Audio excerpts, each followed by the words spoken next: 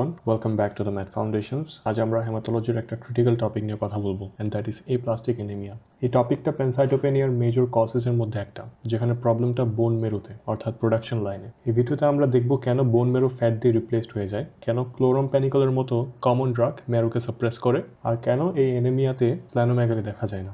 এক্সামে definition, causes, clinical trial আর বোন মেরু ফাইন্ডিংগুলো খুব ইম্পর্টেন্ট, তাই আজ শুরু থেকে শেষ পর্যন্ত পুরো প্রসেসটা বুঝবো।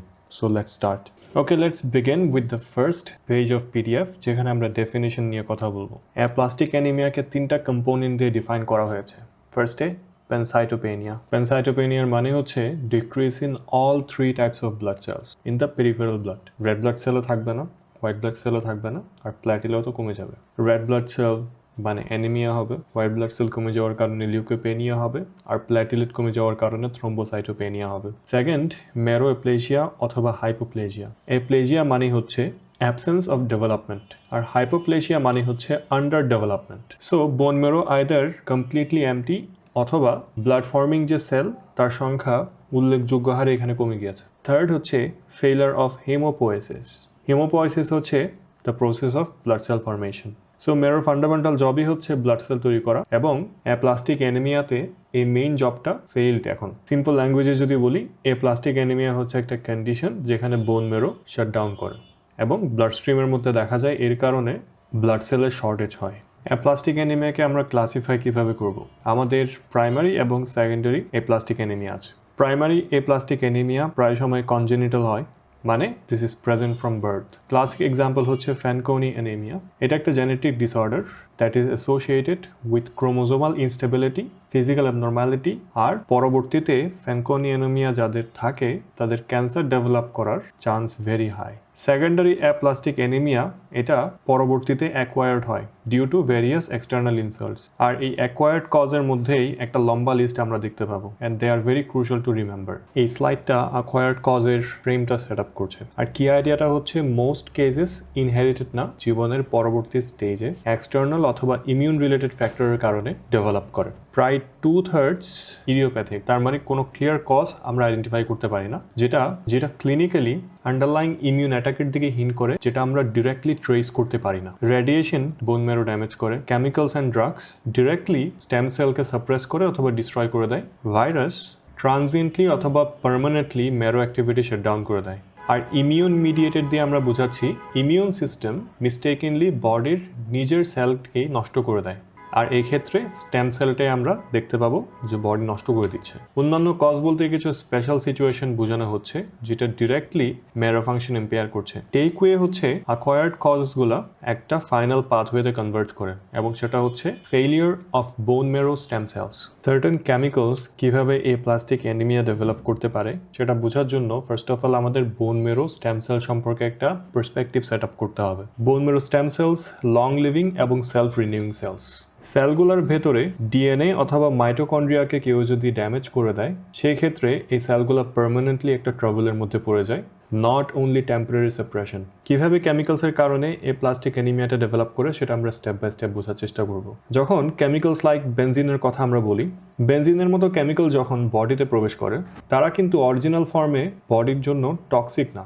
রিয়াল ড্যামেজটা হয় লিভারের মধ্যে গিয়ে এই বেনজিনটা highly reactive compound such as phenol অথবা ইপক্সাইডে কনভার্ট হয়ে যায়। এই মেটাবলয়েডগুলো ব্লাডের মধ্যে সার্কুলেট করতে থাকে এবং প্রিফারেন্সিয়ালি তারা বোন মেরোতে চলে যায়, আর বোন মেরোতে গিয়ে তারা ফ্রি রেডিক্যাল তৈরি করতে থাকে, আর এই ফ্রি রেডিক্যাল ডিরেক্টলি ডিএনএকে ড্যামেজ করে। আমরা ডিএনএ বলতে হেমাটোপয়েটিক স্টেম সেলের ডিএনএকে বোঝাচ্ছি। স্টেম সেল নর্মালি কিন্তু স্লোলি ডিভাইড করে, এবং এই স্টেম সেলটা কিন্তু পুরো লাইফ জুড়েই থাকার কথা ছিল, কিন্তু যদি একবার এখানে ডিএনএ ড্যামেজ হয়ে যায়, এই ড্যামেজটা সহজে কিন্তু ফিক্স করা যায় না। রেজাল্ট হচ্ছে এপোপ্টোসিস, মিনিং প্রোগ্রাম সেল ডেথ, অথবা দেখা যায় স্টেম সেল ফাংশনের ইরিভার্সিবল লস।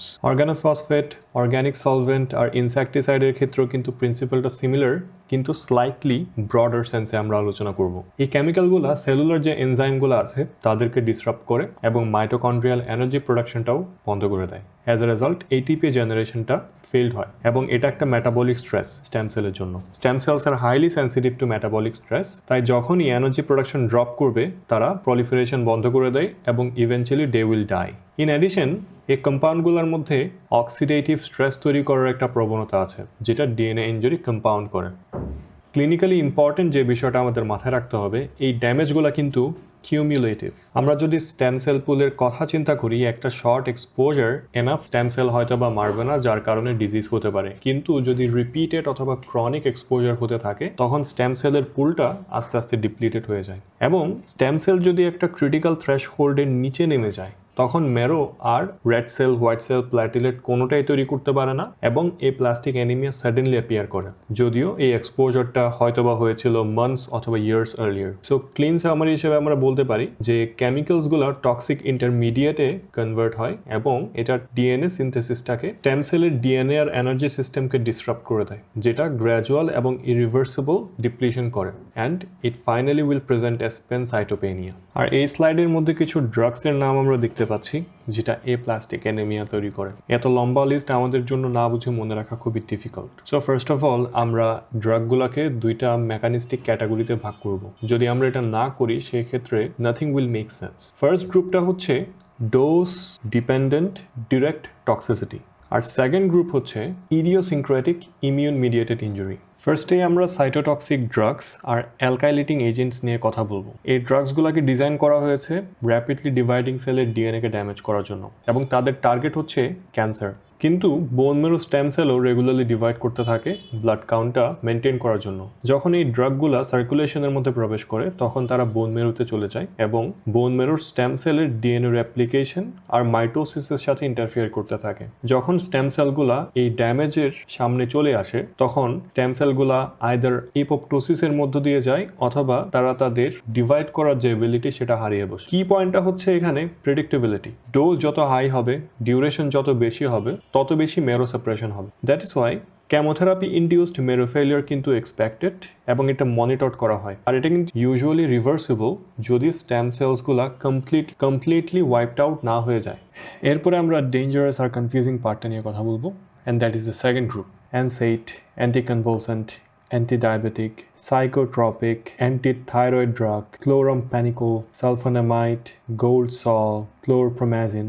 এই ড্রাগগুলো যে আমরা বললাম, এই ড্রাগ সরাসরি ম্যারোকে ড্যামেজ করতে পারে না, এবং এখানে এসে কিন্তু অনেক স্টুডেন্ট তাদের কনসেপ্টটা গুলাই ফেলে। আমরা যে ড্রাগগুলোর কথা বলেছি, প্রসেসটা স্টার্ট হয় ড্রাগটা মেটাবোলাইজড হওয়ার পর। ড্রাগগুলো মেটাবোলাইজড হওয়ার পর যে মেটাবোলাইটগুলো থাকে, এটা হেমাটোপয়েটিক স্টেম সেলের সারফেসে যে প্রোটিনগুলো থাকে সেখানে বাইন্ড করে। লেটস সে এম মানে আমরা মেটাবোলাইট বোঝাচ্ছি।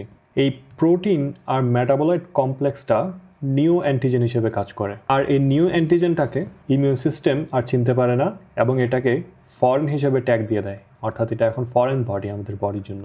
আর এই ফরেন বডির উপর সাইটোটক্সিক যে টি সেলটা আছে, মানে CD8 পজিটিভ অ্যাক্টিভেটেড হয়ে যায় এবং ডিরেক্টলি তখন এই সেলটাকে, স্টেম সেলটাকে অ্যাটাক করতে থাকে। এবং ইম্পর্টেন্ট বিষয় হচ্ছে এই রিয়াকশনটা ইডিওসিনক্রেটিক, মানে এটা প্রেডিক্ট করা যায় না, অথবা এটা ডোজ রিলেটেডও না। এটা নর্মাল অথবা স্মল ডোজেও কিন্তু দেখা যায়। একবার অ্যাক্টিভেটেড হয়ে যাওয়ার পর আমরা যে সাইটোটক্সিক টি সেলের কথা বললাম, CD8+, সাইটোকাইন রিলিজ করতে থাকে। একটা এক্সাম্পল হতে পারে ইন্টারফেরন গামা অথবা TNF আলফা, যেটা সেল প্রলিফারেশনটা সাপ্রেস করে দেয় এবং এপোপ্টোসিস ইনডিউস করে। এই কারণে যে স্টেম সেলটাকে ডিরেক্টলি কিল করা হয় নাই, সেটাকে এখন ফাংশনালি সাইলেন্স করে দেওয়া হলো। এবং সময়ের সাথে সাথে দেখা যায় মেরো হাইপোসেলুলার হয়ে যায়, কারণ স্টেম সেলগুলা আইদার ডিস্ট্রয়েড হয়ে গিয়েছে অথবা রিজেনারেশন ক্যাপাসিটিটা হারিয়ে ফেলেছে। আর এই এক্সপ্লেনেশন কিন্তু তিনটা ফ্যাক্ট আমাদের বুঝতে হেল্প করে। ফার্স্টে আমরা বলতে পারি প্লাস্টিক অ্যানিমিয়া সাডেনলি অথবা মাসের পর ড্রাগ ইউজের কারণে হতে পারে।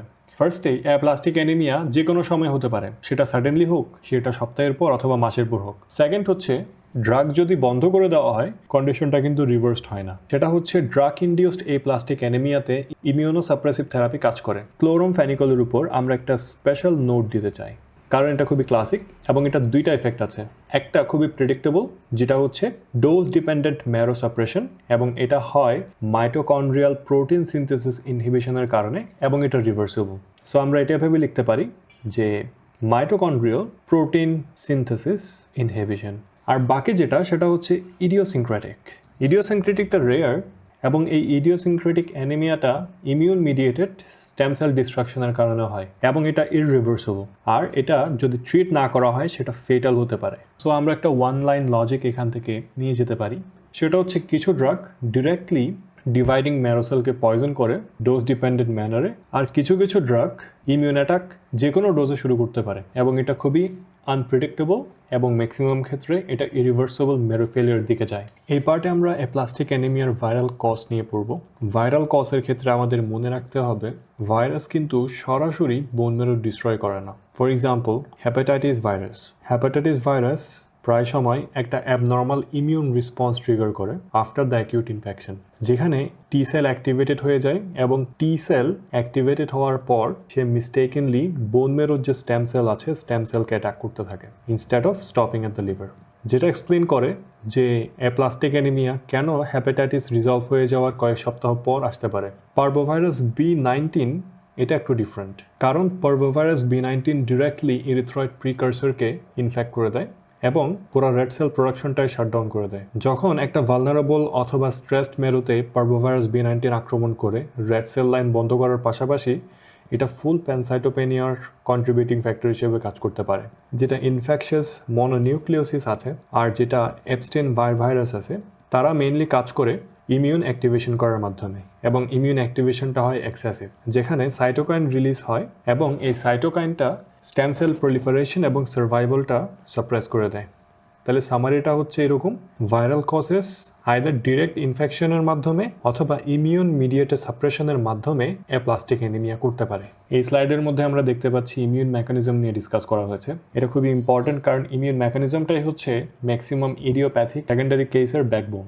প্রসেসটা শুরু হয় সাইটোটক্সিক টি সেল ডিসফাংশন থেকে, যেখানে টি সেলটা ওভার অ্যাক্টিভ হয়ে যায় এবং হেমাটোপয়েটিক স্টেম সেলকে সে চিনতে পারে না এবং অ্যাবনর্মাল হিসেবে রেকগনাইজ করে। তখন এই টি সেলটা কিছু ইনহিবিটরি সাইটোকাইন রিলিজ করতে থাকে, যেটা স্টেম সেল ডিভিশনটাকে ব্লক করে দেয় এবং অ্যাট দ্য সেম টাইম এপোপ্টোসিসটাও ইনিশিয়েট করে দেয়, and that means programmed cell death. As a result যে স্টেম সেলটা ডিস্ট্রয় হয় নাই সেটাও ফাংশনালি সাইলেন্ট হয়ে যাচ্ছে এবং it causes stem cell suppression. এবং এই মেকানিজমটার মাধ্যমে আমরা বুঝতে পারি কেন মেরোটা দেখতে এমটি লাগে ইনফিলট্রেটেড থাকার বদলে, এবং কেন ইমিউনোসাপ্রেসিভ থেরাপির মাধ্যমে ব্লাড কাউন্টটা রিস্টোর করা যায়। আর কি টেকওয়েটা হচ্ছে ইমিউন অ্যাটাক এখানে স্টেম সেল পুলটাকে ডিসেবল করে দিচ্ছে বোথ স্ট্রাকচারাল এবং ফাংশনাল লেভেলে।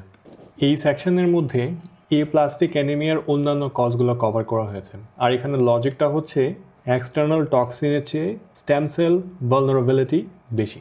ফার্স্টে দেখতে পাচ্ছি PNH অথবা প্যারক্সিসমল নকটার্নাল হিমোগ্লোবিনিউরিয়া।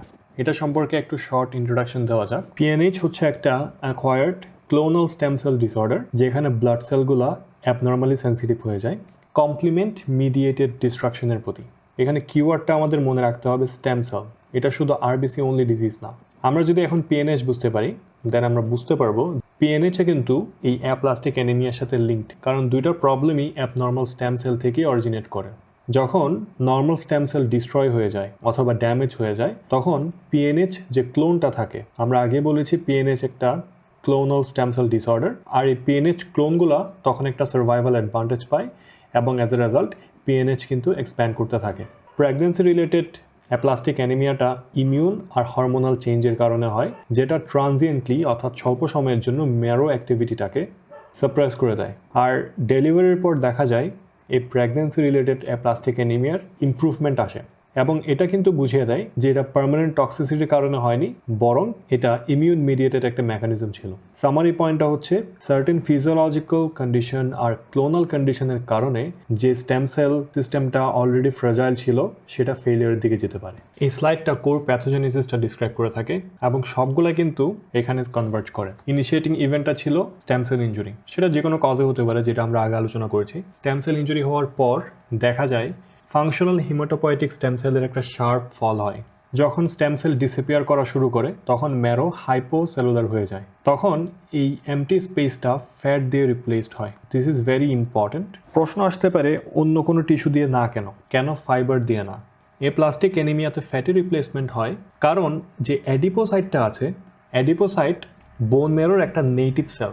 যেটা এক্সপ্যান্ড করা শুরু করে যখন হেমাটোপয়েটিক স্টেম সেল ডিসঅ্যাপিয়ার করে। কারণ বোন মেরোর এনভায়রনমেন্ট ঠিক আছে, জাস্ট যে স্টেম সেলগুলো ছিল স্টেম সেলটা নষ্ট হয়েছে। অ্যাজ এ রেজাল্ট মাইক্রো এনভায়রনমেন্টের মধ্যে এই এনভায়রনমেন্টের মধ্যে অ্যাডিপোসাইটটা তার প্রলিফারেশনের সুযোগ পায় এবং সে তার প্রলিফারেশন করে এখানে এমটি স্পেসটাকে ফ্যাট দিয়ে রিপ্লেস করে দেয়। যদি আমরা ফাইব্রোসিস অথবা অন্যান্য টিস্যুর কথা বলতাম, সেই ক্ষেত্রে কিন্তু ইনফ্ল্যামেশন অথবা ইনভেশন সিগন্যালের প্রয়োজন ছিল, কিন্তু এই প্লাস্টিক অ্যানিমিয়ার মধ্যে কোনো ইনফ্ল্যামেশন অথবা ইনভেশন সিগন্যাল দেখা যায় না। আর এটার ফাইনাল রেজাল্ট হচ্ছে পেনসাইটোপেনিয়া, যেখানে সব ধরনের cell, white cell, red cell, platelet reduced হয়ে যায়। সামারিটা হচ্ছে স্টেম সেল লসই এখানে single unifying event behind all this findings. অ্যানিমিয়ার ক্লিনিক্যাল ফিচারগুলো পিওরলি রিডিউসড অক্সিজেন ডেলিভারির কারণে দেখা যায়। উইকনেস আর ফ্যাটিগেবিলিটি তৈরি হয় কারণ টিস্যুর মধ্যে পর্যাপ্ত অক্সিজেন সাপ্লাই নেই। আর ডিসপনিয়াটা হয় কারণ বডির মধ্যে যে অক্সিজেনের ঘাটতি হচ্ছে, এই ঘাটতিটা সে ব্রিদিংটা ইনক্রিজ করার মাধ্যমে পূরণ করার চেষ্টা করে।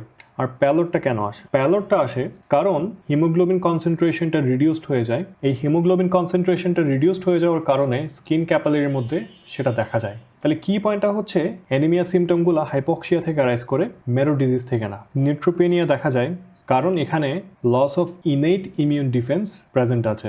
রিকারেন্ট ইনফেকশন হতে থাকে কারণ এখানে নিউট্রোফিল থাকে না। আর আমরা জানি নিউট্রোফিল হচ্ছে first responder against bacteria and fungi. Oral ulcer develop করতে থাকে কারণ এখানে আনকন্ট্রোলড লোকাল ইনফেকশন হয় আর পুর মিউকোজাল হিলিং দেখা যায়। ফিভার অ্যাপিয়ার করে অ্যাজ অ্যান ইনফ্ল্যামেটরি রেসপন্স কারণ এখানে ইমিউন রেগুলেশনটা ইম্পেয়ার্ড হয়ে যায়। তাহলে সামারিটা হচ্ছে নিউট্রোপেনিয়া মাইনর ইনফেকশনকে মেজর ক্লিনিক্যাল প্রবলেমে কনভার্ট করতে পারে। এই স্লাইডের মধ্যে আমরা থ্রম্বোসাইটোপেনিয়া রিলেটেড ফিচারগুলো দেখব, যারা মেইনলি প্রাইমারি হেমোস্টেসিস ফেলিয়ারের কারণে হয়। পিটিকেই দেখতে পাবো আমরা যখন ক্যাপিলারির ব্লাড লিক হয়, কিন্তু এটা ঠিকমতো সিল্ড হচ্ছে না কারণ প্ল্যাটলেট নাম্বার এখানে লো থাকে। আর অ্যাকাইমোসিস অথবা যে ব্রুজ আছে, ব্রুজটা কোনো একটা মাইনর ট্রমার কারণে হয়। নর্মালি কিন্তু এই ট্রমাটা হিল হয়ে যাওয়ার কথা ছিল, কিন্তু এখানে যেহেতু থ্রম্বোসাইটোপেনিয়া আছে, এটা হিল হতে পারছে না। অ্যাপিস্ট্যাক্সিস মানে নাক দিয়ে রক্ত পড়া আর গাম ব্লিডিং, এগুলোর পিছনে মিউকোজাল সারফেস দায়ী। কারণ মিউকোজাল সারফেস হাইলি ভাস্কুলার, আর এই মিউকোজাল সারফেসটা ব্লিডিং কন্ট্রোলের জন্য হেভিলি প্ল্যাটিলেটের উপর নির্ভরশীল। কি আইডিয়াটা হচ্ছে, ব্লিডিংটা এখানে স্পন্টেনিয়াস আর সুপারফিশিয়াল হয়ে যায়, কিন্তু ডিপ অথবা জয়েন্ট রিলেটেড হয় না। এই ব্লিডিংটা সুপারফিশিয়াল হওয়ার পিছনে রিজন হচ্ছে প্ল্যাটিলেট মেইনলি যে প্রাইমারি হিমোস্টেসিসটা আছে সেটা মিডিয়েট করে থাকে, এবং এই প্রাইমারি হিমোস্টেসিসটা ক্যাপিলারি আর মিউকোজার মধ্যেই হয়। ডিপ টিস্যু আর জয়েন্ট ব্লিডিং হওয়ার পিছনে কিন্তু কোয়াগুলেশন ফ্যাক্টর ডেফিসিয়েন্সি দায়ী, কিন্তু এই প্লাস্টিক অ্যানিমিয়ার মধ্যে এই কোয়াগুলেশন ফ্যাক্টর ডেফিসিয়েন্সি প্রেজেন্ট নেই। এই স্লাইডের মধ্যে আমরা আমাদের নেগেটিভ ক্লিনিক্যাল থিঙ্কিংটা টেস্ট করব। নর্মালি আমরা সিমটম দেখার মাধ্যমে কোনো একটা ডিজিজ ডায়াগনোজ করি, কিন্তু এই প্লাস্টিক অ্যানিমিয়ার ক্ষেত্রে 3টা নো আমাদের প্লাস্টিক অ্যানিমিয়াকে ডায়াগনোজ করতে হেল্প করবে। ফার্স্ট নোটা হচ্ছে নো লিম্ফেডেনোপ্যাথি, কারণ এখানে কোনো ধরনের ম্যালিগন্যান্ট লিম্ফয়েড প্রলিফারেশন হচ্ছে না। হ্যাপাটোস্প্লেনোমেগালিও এখানে থাকবে না,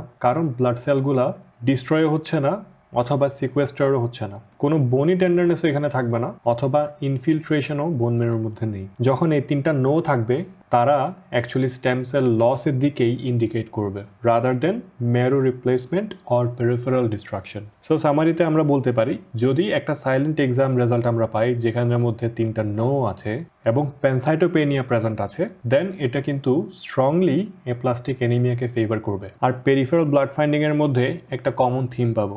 লজিকটা হচ্ছে পিওর আন্ডার প্রোডাকশন। এখানে রেড সেল নর্মোসাইটিক হবে আর নর্মোক্রোমিক হবে, কারণ এখানে হিমোগ্লোবিন সিনথেসিস মেশিনারিতে কোনো প্রবলেম নেই, শুধু এখানে সেলের সংখ্যাটা কমে যাচ্ছে। পেনসাইটোপেনিয়া হবে কারণ 3টা সেল লাইনই এখানে ড্যামেজড হয়ে গিয়েছে। রেটিকুলোসাইটোপেনিয়াটা খুবই ক্রুশাল, কারণ এটার মাধ্যমে আমরা বুঝতে পারছি যে বোন মেরো অ্যানিমিয়ার প্রতি কোনো রেসপন্স দেখাচ্ছে না, আর এটার মাধ্যমে আমরা হিমোলাইসিস আর ব্লাড লসকে রুল আউট করে দিতে পারি। ইএসআর এখানে ইনক্রিজ করে কারণ অ্যানিমিয়া এবং altered plasma protein balance red সেলকে দ্রুত সেটেল হতে হেল্প করে। আমরা আগেই বলেছিলাম ইএসআর মানে হচ্ছে এরিথ্রোসাইট সেডিমেন্টেশন রেট। তাহলে কি পয়েন্টটা হচ্ছে, এই ব্লাড পিকচারটা মেরোর প্রোডাকশন ফেইলারটাকে কনফার্ম করে এবং ইনক্রিজড ডিস্ট্রাকশন এই থিঙ্কিংটাকে বাদ দিয়ে দেয়, যেটা আমরা এক্সপেক্ট করছিলাম। এরিথ্রোপয়েসিস কমবে, গ্রেনুলোপয়েসিসও কমবে। মেগাক্যারিওসাইটের ক্ষেত্রে দেখা যায় এদের কমছে অথবা কমপ্লিটলি অ্যাবসেন্ট হয়ে যাচ্ছে, কারণ স্টেম সেল ইনজুরিতে মেগাক্যারিওসাইট সবচেয়ে বেশি সেন্সিটিভিটি দেখায়, কারণ তাদের প্রোজেনিটর অ্যাম্প্লিফিকেশন ক্যাপাসিটি খুবই কম, তাদের মেটাবলিজম অনেক হাই, ডিএনএ সিনথেসিস ডিমান্ড অনেক বেশি, এবং দেখা যায় মেগাক্যারিওসাইট যে প্ল্যাটিলেট বানাচ্ছে, প্ল্যাটিলেটের লাইফ স্প্যান 7 থেকে 10 ডেজ পর্যন্ত হয়। সো যদি একটা ব্রিফ স্টেম সেল সাপ্রেশনও হয়, এটার কারণে র্যাপিড এবং সিভিয়ার থ্রোম্বোসাইটোপেনিয়া ডেভেলপ করতে পারে। এই ডিজিজের ক্ষেত্রে আয়রন স্টেটাসটা অনেকে কনফিউজ করতে পারে। এখানে মনে রাখতে হবে মেরো আয়রন যেটা আছে এটা কিন্তু নর্মাল থাকে অথবা ইনক্রিজও করতে পারে, কারণ আয়রন সাপ্লাই এখানে অ্যাডিকুয়েট আছে, বাট এরিথ্রোপয়েসিসটা এখানে ইনএফেক্টিভ। এখানে আরবিসি আর নতুনভাবে তৈরি হচ্ছে না, আয়রন স্টোরেজ যে ম্যাক্রোফেজটা থাকে তার মধ্যে অ্যাকিউমুলেট করতে থাকে এবং অ্যাকিউমুলেট করতে করতে দেখা যায় ধীরে ধীরে আস্তে আস্তে মেরো আয়রনটা ইনক্রিজ করছে এবং এই ফাইন্ডিংটার মাধ্যমেই প্লাস্টিক অ্যানিমিয়া এবং আয়রন ডেফিসিয়েন্সি অ্যানিমিয়াকে ডিস্টিংগুইশ করা যায়। তাহলে সামারি হিসেবে আমরা বলতে পারি আয়রনটা প্রেজেন্ট আছে কিন্তু আমরা ইউজ করতে পারছি না। ইএসআর কেন এখানে ইনক্রিজ করে সেটা আমরা আগেই বলেছিলাম, তারপর আমরা একটু এখানে ডিটেল ব্রেকডাউন করব। ইএসআর ব্লাডের ফিজিক্সটাই অ্যাকচুয়ালি রিফ্লেক্ট করে থাকে, শুধু ইনফ্লেমেশন না। যখন আরবিসির ম্যাসটা কমে যায় তখন ব্লাডের যে ভিসকসিটি থাকে সেটা কমে যায়। অ্যাজ এ রেজাল্ট আরবিসি খুব দ্রুত সেডিমেন্টেশন হয় অথবা তলানি জমতে থাকে, যেটা পটেনশিয়াল কমে যায়। তার মানে আরবিসির মাঝখানে চার্জ কমে যাওয়ার কারণে আরবিসির রিপালশনটা কমে যায় এবং এই দুইটা ঘটনা কিন্তু ট্যাকিংকে ফেভার করে থাকে, অর্থাৎ একজনের উপর আরেকজন বসে যাওয়া, যেটা নিচে পরবর্তীতে তলানি হিসেবে জমা হয়। রুলে ফরমেশনটাও এখানে ইনক্রিজ করে, কারণ প্লাজমা প্রোটিনের যে ব্যালেন্সটা ছিল সেটাও অ্যানিমিয়াতে অল্টার্ড হয়ে যাচ্ছে। আর একসাথে এই চেঞ্জেসগুলা ইএসআরটাকে ইনক্রিজ করে দেয় কোনো ইনফেকশন ছাড়াই। কি মেসেজটা হচ্ছে ইএসআর এখানে মেকানিক্যাল ইফেক্ট হিসেবে আমরা দেখতে পাই। এই প্লাস্টিক অ্যানিমিয়ার ট্রিটমেন্টটা আমরা ডিজিজ লজিককে ফলো করে দেওয়ার চেষ্টা করব। সাপোর্টিভ থেরাপিটা ইমিডিয়েট যে রিস্কগুলো আছে, ফর এক্সাম্পল ইনফেকশন অথবা ব্লিডিং, এটাকে অ্যাড্রেস করার চেষ্টা করে।